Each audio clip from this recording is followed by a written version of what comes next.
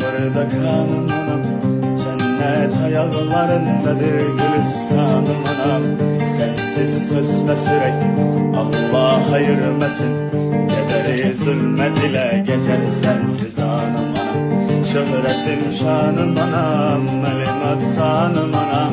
Ne kadar ifkanlar bitip bile gülşenlerinde. Sen ki bir ömrü fida eylemiş evladına.